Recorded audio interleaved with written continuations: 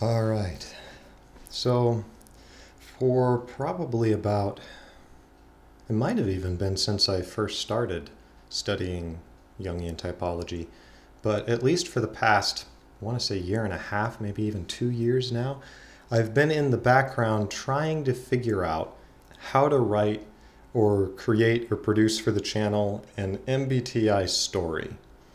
I wanted to figure out a way that I could create a full story, and it would probably have to be pretty darn long, but that had all 16 personality types as major characters.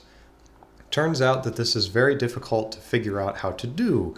And I have a number of different iterations and attempts to try to figure out how to do a story. It's fairly easy to come up with like character notions or designs, more or less.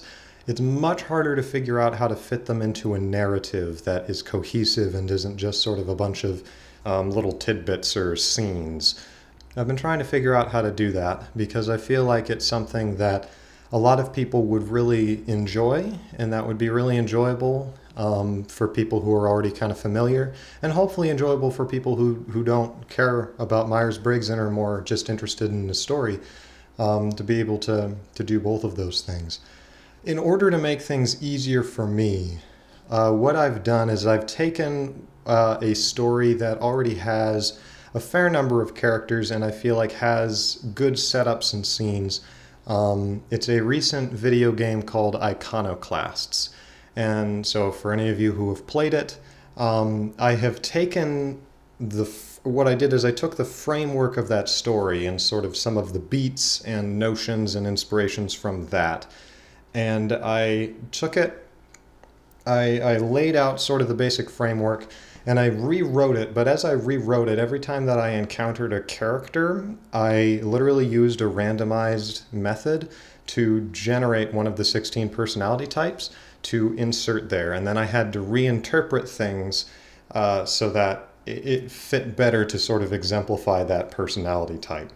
That for whatever reason, that just kind of helped to really get the juices flowing. And so it's my pretty severe reworking of the Iconoclasts story, and I think once we hit the halfway point, it's just going to go off the rails and not really be anything like Iconoclasts. We'll just have to see, because I've only got about half of a plot fully fledged in my head, because I was trying to write it as like a script, and that was going to take forever, and I didn't want to lose inspiration on it. I wanted to be able to put something out.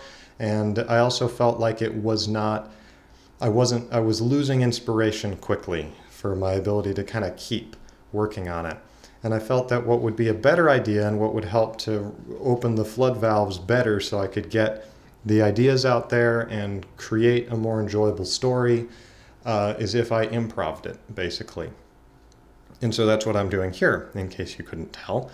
I have my microphone, I have my computer with some notes, but most of the stuff I'm working off of is just seeds of ideas in my head. If you've watched my ENFJ interview video, then there's a little segment in there where we talk briefly about my DMing style for Dungeons and Dragons and how I just stopped making plans because I just would go off the rails so easily because my imagination would just explode. And I would just improv like encounters and things so quickly. I'm going to try to tap into that, and I think it's going to work. Hopefully it'll work. It's not 100% improv because I will be editing audio to try to clean it up a bit and add in music or sound effects. We'll see about that. For those of you who have played Iconoclasts, I just wanted to mention that so that you weren't like, he's ripping off of it. Because, yeah, I kind of am, but hopefully it has become distinct enough that it won't be jarring, because I think at this point it's not really that story at all, but I am following kind of, I used it as that framework, almost like a grill that I'm growing vines up. So I think that's everything. Wish me luck. I hope it will be enjoyable. I will do my very best, and enjoy the story.